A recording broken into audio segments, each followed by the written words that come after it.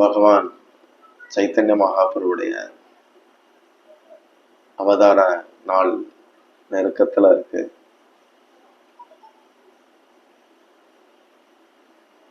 வைஷ்ணவத்துடைய அந்த தெய்வீக அன்பு அதை கொடுக்கறதுக்காக இந்த கலிகாலத்துல இறைவன் வந்து இப்படி சைத்தன்ய மகாபிரபுவா வந்திருக்கிறார். பரித்ராணாய சாதுனாம் அந்த பதத்துல வந்து சாதுக்களை ரட்சிக்கிறது, அசாதுக்களை ஓய்க்கிறது, அடுத்து தர்ம சம்ஸ்தாபன அப்படிங்கிறார். யுகத்துக்கு ஒரு தர்மம் உண்டு, அந்த தர்மத்தை நிலைநிறுத்துறதுக்கு நான் வர்றேன் அப்படிங்கிறார்.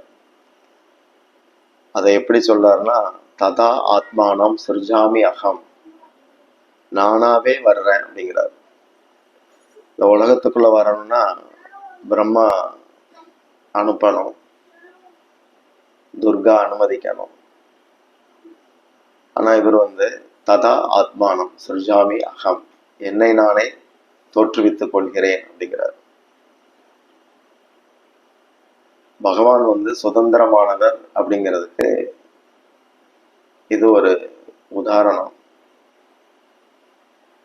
சர்வ சுதந்திரர், அவரை யாரும் வலியுறுத்த முடியாது, அப்படித்தான் இப்படித்தான்.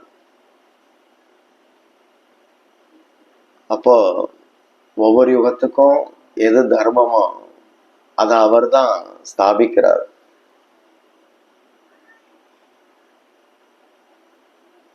இதுல இதுவரைக்கும் ஆத்மாவுக்கு அந்நிய தர்மத்தை ஸ்தாபிச்சார்.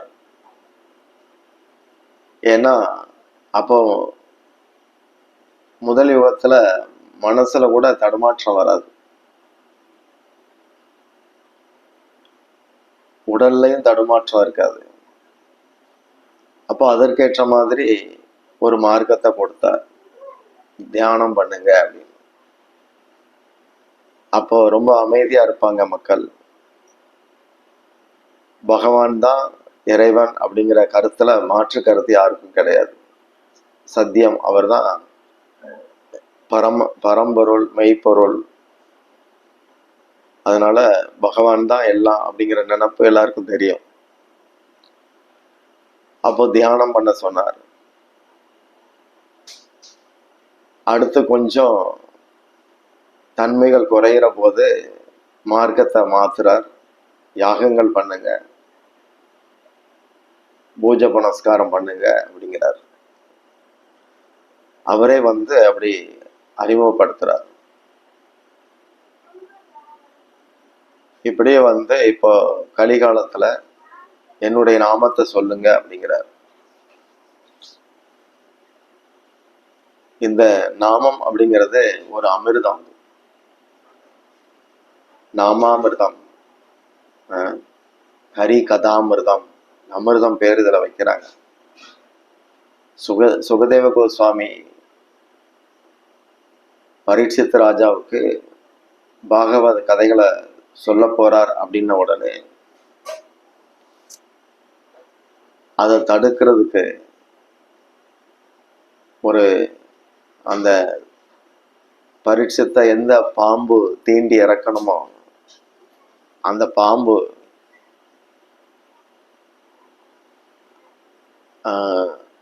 தீண்ட போற பாம்பை ஒரு அந்தனர் சந்திக்கிறார். அவர் ஒரு யோகி. அப்ப எங்க போற என்னதுன்னு கேட்கும்போது அந்த யோகி சொல்றார், அந்த அந்தனர், ஏதோ ஒரு பாம்பு தீண்ட போகுதான் பரீட்சித் ராஜாவை, என்கிட்ட ஒரு வித்தை இருக்கு, அதை வச்சு அவரை பாம்பு தீண்டின உடனே இறக்காதபடி அந்த அமிர்தத்துடைய சக்தியை நான் மந்திரத்திலே வச்சிருக்கிறேன், அவரை நான் வந்து காப்பாற்ற போறேன். அப்ப அந்த பாம்பு அது நான் தான் அப்படின்னு சொல்லி அது சிரிக்குது. நான் பொசுக்குனால நீ காப்பாற்ற முடியுமா, உன்னால முடியுமா அது அப்படின்னு கேட்குது. எதையாவது பொசுக்கித்தான் பாறேன் அப்படின்னு அவர் சொல்றார். அது ஒரு மூச்சு விட்டது. இது காட்டுல அந்த சம்பவம் நடக்குது. ஒரு பெருமூச்சு விட்டதும் அந்த மூச்சு காற்று பட்ட இடம் பாதையாயிருச்சு. சாம்பலாகி, மரங்கள்லாம் சாம்பலாகி ஒரு பாதை உண்டாயிருச்சு. ஒரு பெரிய மரம் கூட சாம்பலாகி அப்படி விழுந்துருது எல்லாம். இதை பார்த்ததும் இவர் சிரிக்கிறார், அந்த அந்தனர். இவ்வளவுதானா, இப்ப பார் அப்படின்னு சொல்லி இவர் தீர்த்தத்தை எடுத்து தெளிக்கிறார். எல்லாம் திரும்ப வந்துருச்சு. இது மாதிரி நான் பரீட்சித்த உயிரோட கொண்டு வந்துடுவேன். அப்ப அந்த தட்சகன், அந்த பாம்புக்கு அதிர்ச்சி. வேணா விதியவே மாத்திவான் போல இருக்கு.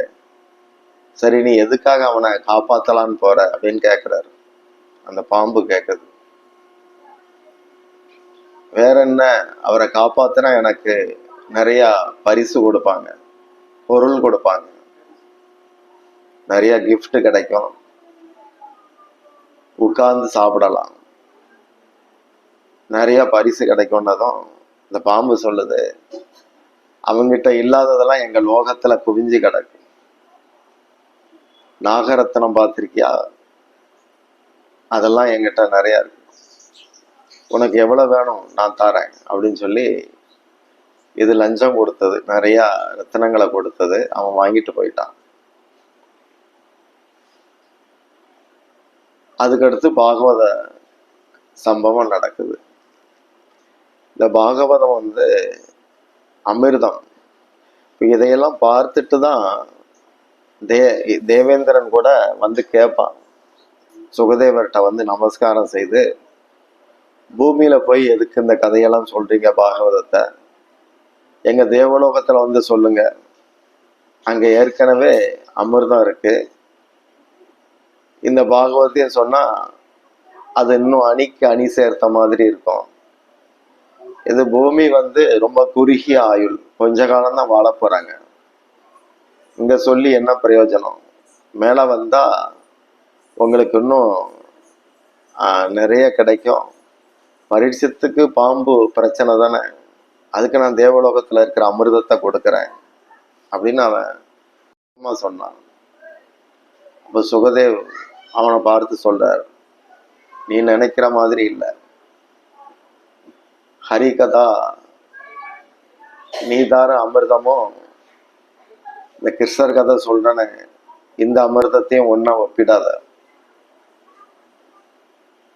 இப்படி நீ பேசுறது எப்படி இருக்குன்னா, அதாவது இது ஹரிகதானா, இந்த அமிர்தம் டைமண்ட், இது வைரம். அது முன்னாடி நீ தரப்போற தேவலோக அமிர்தம் இருக்க, அது பீங்கான் துண்டு, உடஞ்ச பீங்கான் துண்டு மாதிரி. பார்க்கறதுக்கு ரெண்டும் ஒன்று போல ஜொலிக்கும், ஆனா மகத்துவம் வைரத்துக்கு தான். நான் கொடுக்க போறது கோபால ரத்னம், சாதாரண அமிர்தம் இல்லை அப்படின்னு சொல்றாரு. இப்படியெல்லாம் பாகவதத்துக்கு ஒரு உயர்வு இருக்கு. ஆனா நம்ம வைஷ்ணவத்துல பாகவதத்தை சொல்லி பிரபலப்படுத்தினது யார் அப்படின்னு பார்த்தா சிவபெருமான். அவர் தான் கண்ணன் புகழ பெரிய அளவுல பரப்பி இருக்கிறார். அதனால ருத்ர சம்பிரதாயம் ஒரு சம்பிரதாயமே இருக்கு. அதே பாகவத்துல கூட சிவபெருமான உயர்வாக சொல்லி வருது. வைஷ்ணவத்துல ஒரு முதல் குருவாக அவர் இருக்கிறார். ஆனா இங்க மன்னர்கள் ஆட்சி காலத்துல போட்டி இருந்ததுனால அந்த விஷயம் அவ்வளவா வெளியே தெரியல. அடுத்து தமிழ் வளர்க்கிறதுக்கு சிவபெருமான் பெரிய அளவுல முயற்சி செய்தார். தமிழ் கடவுள்னு அவருக்கு அதனால ஒரு பட்டமே இருக்கு. அதனால அவருக்கு இங்க நிறைய ரசிகர்கள். ஆனா சமஸ்கிருதம் தெரிஞ்சவங்க வைஷ்ணவத்துல சிவபெருமானுடைய பங்கு என்ன அப்படின்னு புரிஞ்சிருப்பாங்க. அவர் ஒரு பெரிய அத்தாரிட்டி வைஷ்ணவத்துல. வைஷ்ணவானாம் யதா சம்பு பிரம்ம நாரத கபில மனு பிரகலாத, இப்படி ஒரு 12 பேர் இருக்கு. நமக்கு அது தெற்கு அவ்வளவா தெரியாது. சிவபெருமானுக்கும் ஒரு குரு உண்டு. யாருக்காவது அது தெரியுமா? சிவபெருமான குரு யாருன்னு யாராவது கேள்விப்பட்டிருக்கீங்களா? உங்களுக்கு தெரியும். ஆதிசேஷன். நம்ம வணங்கும் போது தமிழ்ல எப்படி சொல்றோம்? மாதா பிதா குரு தெய்வம் அப்படிமா. அம்மாட்ட இருந்து வயிற்றுல இருந்து வந்தோம். அதனால அம்மாவை நினைக்கும் போதெல்லாம் வயிற்றுல அப்படி வச்சு வணங்கணும். அம்மாவை நினைக்கிறது இப்படிதான் வணங்கணும், வயிற்றுல வச்சு. வயிற்றுல இருந்து வந்தோம். பிதா நம்மளை வளர்க்கிற போது நெஞ்சோட அணைச்சு பல விஷயங்களை நம்ம நெஞ்சில கொடுத்தார். அதனால அப்பாவை நினைக்கும் போதெல்லாம் நெஞ்சுக்கு நேரம் வணங்கணும். குரு தொண்டையில இருந்து செய்திகளை கொடுத்து நமக்கு ஏத்துறார். வாத்தியார் வேலை ரொம்ப கஷ்டம், தொண்டை தண்ணி வறண்டு போயிடும், அப்படிதானே? அது மாதிரி குரு அவருக்கும் கஷ்டம்தான். அவரும் நிறைய செய்திகளை கொடுக்கிறார், வாயிலிருந்து உபதேசிச்சுக்கிட்டே இருக்கிறார். நம்ம பேச போகிற கருத்து தொண்டையில அங்கதான் அப்படி உருண்டு வெளியே வருது. அப்போ குருவை பார்க்கும் போதெல்லாம் தொண்டைக்கு நேரா இப்படி வணங்கணும். மாதா பிதா குரு. தெய்வத்தை வணங்கும் போது மேல தூக்கிறோம் கைய. மாதா பிதா குரு தெய்வம். இதை சிவபெருமான் கடைபிடிக்கிறார். குருவை எப்பவுமே தொண்டையில வச்சிருக்கணும், கழுத்துல வச்சிருக்கணும். அப்போ ஆதிசேஷன் அவர் கழுத்துல எப்பவுமே இருக்கிறார். அவருக்கு சங்கரங்கிற பேர் அப்படிதான் வந்தது. சங்கர்ஷன அப்படின்னு ஒரு விஷ்ணு இருக்கிறாங்க. 64 விஷ்ணுகள்ல சங்கர்ஷனர் ஒருத்தர். அந்த சங்கர்ஷனரை சிவபெருமான் ஜபமாலையில சகசரநாமம் சொல்லி தியானிக்கிறார். 1008 நாமம் இருக்க பீஸ்வர் சொன்னது, அதை சொல்றார். சங்கர்ஷனை தியானிக்கிறதுனால சம்ஹர சங்கர அப்படின்னு பேராச்சு. சம்ஹர. அவரு கழுத்துல ஒரு மாலை போட்டிருக்கிறார். இங்க பாம்பு, உடம்புல ஒரு மாலை தொங்குது கழுத்துல இருந்து. அது மண்டபோடு மாலை. உலகத்துல யாரும் அப்படி போட்டது கிடையாது. கிருஷ்ணர் தலை மேல மயில் பீலி வச்சிருக்கிறார். இப்படியும் உலகத்துல யாரும் வச்சது கிடையாது. மண்டபோடு மாலை ஒரு முறை இவரு நாரதர் பார்வதிட்ட போய் அந்த அம்மாட்ட போயிட்டு சொல்றார், உங்க மேல அவருக்கு அப்படி ஒன்றும் பாசம் கிடையாது. அவருக்கு நினப்பு பூரா பக்தர்கள் நினப்பு தான். அவருடைய அடியார்கள் யாரோ அவங்களதான் நினைக்கிறார். அவரு சாமியாரா போக வேண்டியது எப்படியோ அவங்கள கூட வச்சிருக்கிறார் அப்படின்னு கொஞ்சம் தூண்டி விடும்போது இந்த அம்மா வருத்தப்பட்டு, உங்களுக்கு என் மேல பாசமே இல்லை அப்படின்னு வம்பு பண்றாங்க.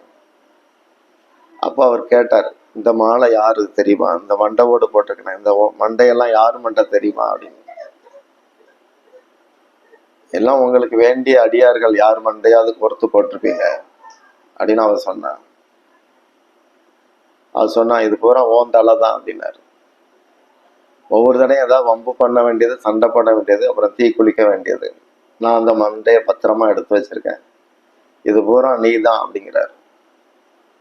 யாராவது பொண்டாட்டி இறந்தா அவங்க மண்டைய கழுத்துல போட்டுருவாங்களா? ஆனா நான் போட்டிருக்கிறேன் பாரு, அதுல இருந்து புரிஞ்சுக்க அப்படிங்கிறார். அப்ப அவ கேக்குறா, நான் ஒவ்வொரு தடையும் இறந்துடுறேன், அப்போ நீங்க மட்டும் இறக்குறது இல்லையா? எப்படி உயிரோட இருக்கீங்க? அதுக்கு ஒரு அமிர்தம் இருக்கு, அதை நான் சாப்பிட்டேன். உனக்கு நான் விஷம் சாப்பிட்டதான் தெரியும், நான் அமிர்தமும் சாப்பிட்டுருக்கேன். நீயும் அதை சாப்பிட்டா சாக மாட்ட, தற்கொலை எல்லாம் வராது. அந்த அமிர்தத்தை எனக்கு கொடுங்க அப்படின்னு கேட்காது. அதுதான் பாகவத அமிர்தம் அப்படிங்கிறாரு. அதை பேசணும்னா நம்ம ஒரு தனி இடத்துக்கு போகணும். சும்மா அங்கங்க உட்காந்து பேச முடியாது, தனியா இருந்து பேசணும், டிஸ்டர்ப் வரக்கூடாது, மணி எத்தனைன்னு பார்க்கக்கூடாது, நடுவுல எதையுமே விட்டுட்டு இதை மட்டுமே பிடிக்கிற மாதிரி இருந்தா சொல்லலாம், எனக்கு சொல்லுங்க அப்படிங்க. அங்க வந்து கட்டடம் கிடையாது, கைலாயத்துல எல்லாம் குகை தான். அங்கங்க எங்கேயாவது மரங்கள் இருக்கும், மரத்தடியில இருந்து கதை சொன்னார், பாகவத கதைகளை ஆரம்பிக்கிறார். அப்போ பொழுது அடைஞ்சிருச்சு. ஆனா இவர் கண்ணை மூடி கதை சொல்றார். அந்த சமயம் அந்த மரத்துல தூங்குறதுக்காக ஒரு குரங்கு வருது. அந்த குரங்கு தினமும் அங்கதான் தூங்கும். இவங்க 2 பேரும் பேசிக்கிட்டு இருக்கதை பார்த்து நம்மளை தூங்க விட மாட்டாங்க அப்படின்னு அதுக்கு தெரிஞ்சு போச்சு. அப்போ இவங்க ரசிச்சு கதை பேசும்போதெல்லாம் மண்டையில இலைகளை பிச்சு பிச்சு போட்டுது அந்த குரங்கு. எந்திரிச்சு போ அப்படின்னு சொல்லி, எந்திரி எந்திரி அப்படின்னு அர்த்தத்துல போடுது. இவர் மெய் மறந்து கதை சொல்றார், அந்த அம்மாவும் ரசிச்சு அப்படி அப்படி அவர் முகத்தையே பார்த்து கதை கேட்கிறா. அப்ப அந்த குரங்கு ஒரு கனமான கட்டைய உடைச்சி போட்டுருச்சு, மண்டையில ஒரு கம்பை ஒடிச்சு போட்டது. அப்ப இவர் படக்குன்னு மேல பார்த்தார். அப்ப அந்த அம்மா, சபிச்சிடாதீங்க, அமிர்தத்தை சொல்லிட்டு இருக்கீங்க, சபிச்சிடாதீங்க, அவன் ஒன்றும் இல்லை, உங்களை அபிஷேகம் பண்றான், மரத்துல உட்கார்ந்து ரொம்ப நேரம் பேசுறீங்கல்ல, அதான் உங்களுக்கு ஒரு அபிஷேகம் பண்றான், இலைகளை பிச்சு போட்டு அப்படின்னு அது எடுத்து சொன்னாங்க அந்த அம்மா. அப்ப அவர் கோபப்படலை. அந்த மரம் தான் வில்வ மரம். அதனால சிவ பூஜைக்கு வில்வ இலை முக்கியம்னு ஆயிப்போச்சு. அந்த குரங்க கீழே கூப்பிட்டார் சிவபெருமான். அதுக்கு முந்தின பிறவியில் அது தமிழ்நாட்டுல ராஜாவா இருந்தது. அந்த குரங்கு மன்னனா இருக்கும்போது அகஸ்தியர் வந்தார், இவன் கண்டுக்காம இருந்தான். அப்ப அகஸ்தியர் கோபம், அவர் வந்து சபிச்சிட்டார், குரங்கா போ அப்படின்ட்டு. அதனால இவனுக்கு வந்து அழகுபடுத்திருப்பான் தன்னை, எப்பவும் ரொம்ப அழகா இருப்பான். அதனால ஒரு கர்வம், அப்போ அழகு இல்லாம போட்டோன்னு குரங்காக்கிட்டார். இப்போ முசுகுந்தன், நீ ஒரு மன்னனா இருந்த, திரும்ப மன்னனா போ அப்படின்னு சொல்லி ஆசீர்வதிக்கிறார் சிவன். அவனுக்கு ராஜ உடம்பு கிடைச்சிருச்சு, ஆனா உயரமா இருக்கான். அப்போ அந்த ராஜா சொல்றார், எனக்கு முகத்தை மட்டும் குரங்கு மாதிரி ஆக்குங்க, இதனாலதான் இந்த பிரச்சனையே, திரும்பவும் எனக்கு ஆணவம் வந்துடும், நான் அழகா இருக்கேன் அப்படின்னு. முகத்தை பழையபடி ஆக்கிருங்க. அப்ப பழையபடி ஆக்கிட்டார். அதனால முசுகுந்தன் அப்படின்னு அவனுக்கு பேர், முசுகுந்த சக்கரவர்த்தி. முருகனுக்கு நண்பனா இருந்தார். அவர் தான் 6 இடங்கள்ல முருகன் கோவில் கட்டினார் அப்படின்னு சொல்லுவாங்க. அப்ப இந்த முசுகுந்தன் பிற்காலத்துல ரொம்ப காலம் தொடர்ந்து தூங்கி கிருஷ்ணரால விடுபட்டார் அப்படின்னு தனியா ஒரு வரலாறு பாகவத்துல வருது. இப்போ இந்த கதை பேசும்போது இப்படி குறுக்க ஒரு சம்பவம் நடந்ததும் சிவன் சொல்றார், நம்ம எங்கேயாவது தனியா ஒரு குகைக்குள்ள போயிடலாம், எதுக்கு போட்டு வம்பு, இப்படித்தான் ஏதாவது ஒண்ணு நடந்துரும், வா அப்படின்னு கூட்டிட்டு போறாரு. இந்த கதையை வந்து வேற யாரும் கேட்கக்கூடாது, உனக்கு தான் சொல்ல போறேன், ஏன்னா இது மரணத்தை வெல்லும் கதை, எவ்வளவு நேரம் ஆனாலும் இருந்து கேட்கணும் அப்படிங்கிறார். அப்போ ஒரு தனி இடத்துக்கு போயிட்டு அங்க பேசும்போதும் திரும்ப எச்சரிக்கிறார், நல்லா கவனி, ரொம்ப முக்கியமானது, அதனாலதான் தனியா உன்னை கூட்டிட்டு வந்திருக்கேன், வேற யாரையும் நான் கூப்பிடல. இதே சொல்லும்போது ஒரு கிளி அங்க இருந்தது, அது இதெல்லாம் கவனிக்குது, என்னது இது, ஏதோ நம்ம விஷயமா இருக்கும் போல தெரியுத, ஏன்னா அது ராதையோடைய ஃப்ரெண்டு, அந்த கிளி ராதையோடைய தோழி. ராதா அதை தடவி கொடுத்து நாம உபதேசம் பண்ணியிருக்கிறாங்க. அப்போ அந்த கிளி நம்ம கிருஷ்ணனை பத்தி இவர் பேசும்போது நம்ம கேட்கணும், ஆனா தனியா அவளுக்கு மட்டும் சொல்ல போறேங்கிறாரு. நான் போனா எதுவும் வம்பு வருமோ அப்படின்னு அது பயப்படுது. அப்போ ரகசியமா அது பின்பற்றி போச்சுது. ஒரு குகையில உட்காந்து கதை நடக்குது. ஆர்வமா அவ கேட்கிறா, இந்த கிளியும் கேட்டுக்கிட்டு இருக்கு. ஒரு கட்டத்துல ரொம்ப பிலாசபி பேசினார். தத்துவங்கள் சொல்லும்போது பெண்கள் உறங்கிடுவாங்க. அப்போ அந்த சுபாவத்துல அந்த அம்மா உறங்கிருச்சு. அவர் தொடையிலே தலை வச்சு தூங்கிருச்சு. இவரு பக்கத்துல ஈட்டி இருக்கு, திரிசூலம், அதை பிடிச்சுக்கிட்டு கதை மும்முரமா பேசுறார். கிளிக்கு பயமாயிட்டு, கதை இவ்வளவு ஆர்வமா போச்சு, படக்குன்னு உறங்கிட்டாலே அவர் பாட்டுக்கு நிறுத்திடுவாரு. ஏன்னா கதை சொல்லும்போது ஊன்னு சொல்லணும். தூங்கிட்டாங்கன்னா அது வராது. அப்போ ஒரு தட்டு தட்டுவாங்க. அப்போ அந்த கிளி என்ன பண்ணுச்சு, இது வரைக்கும் அவ ஊன்னு சொன்னால அதே குரல்ல இது ஊன்னு சொல்லி கதையை பூரா கேட்டுச்சு. அப்படியே விடிஞ்சு போயிடுச்சு. சிவன் தூங்கவே இல்லை. அதான் சிவராத்திரி. கிருஷ்ணரை பத்தி பேசினா அன்னைக்கு தூக்கம் வராது. அதுதான் சிவராத்திரி. அப்போ அப்படி பேசிட்டு அப்படி விடிஞ்சு போயிருது. கிளி நல்லா கதை கேட்டுச்சு. ஃபுல் பாகவதமும் கேட்டுச்சு. அப்போ காலையில விடிஞ்சதும் பறவைகள்லாம் எங்கெங்க போகணும்னு திட்டம் போடுறாங்க. அந்த சத்தம் கேக்கு, கீச்சு கீச்சுன்னு சத்தம் கேக்கு. அப்போதான் இவர் ஆகா பாத்தியா, விடிஞ்சிருச்சு பாத்தியா அப்படின்னு பார்வதிட்ட பெருமையா சொல்றாரு. விடிஞ்சிருச்சு பாத்தியா, பறவைகள் சத்தம் கேக்கு. சரி, இன்னொரு தடவை இதை பத்தி பேசலாம், இப்போதைக்கு போதும், நம்ம போலாமா அப்படிங்கிறாரு. இந்த கிளி என்ன செய்யலான்னு ஒன்றும் பதில் சொல்லலை, அமைதியா இருக்கு. அப்ப இவர் கண்ணை திறக்கிறார். பார்த்தா இவ மடியில தூங்கிட்டு இருக்கா. அப்ப அவரு கோபம் வந்துருச்சு. என்ன கோபம்னா, இவ தூங்குறத பார்த்தா யாரோ என்ன ஏமாத்தி இவ குரல்ல கதை கேட்டிருக்கிறாங்க. எதுக்கு ஏமாத்தணும், யார் அது அப்படின்னு சொல்லி திரிசூலத்தை உருவுறார். அது பயந்து விருட்டுன்னு வெளியே பறந்துருச்சு. புகையை விட்டு வெளியே பறந்து போனா கொஞ்சம் தள்ளி வியாசருடைய குடிசை இருந்தது. வியாசருடைய மனைவி விடிஞ்சிருச்சுன்னு சொல்லி முத்தந்தளிச்சு கோலம் போடுவோன்னு பெருக்கிட்டு இருக்கா. தூக்க கலக்கத்திலே பெருக்கிறான். அப்போ மக்கள் 12 அடி உயரம். அந்த அம்மாவும் அவ்வளவு உயரம் இருக்கா. அவ கொட்டாவி விட்டா. தூக்க கலக்கத்திலே பெருக்கும் போது அப்படி கொட்டாவி வரத்தானே செய்யும். அப்படி கொட்டாவி விட்டா ஆன்னு சொல்லி. இந்த பயந்து பறந்து வந்த கிளி வாய்க்குள்ள போயிடுச்சு.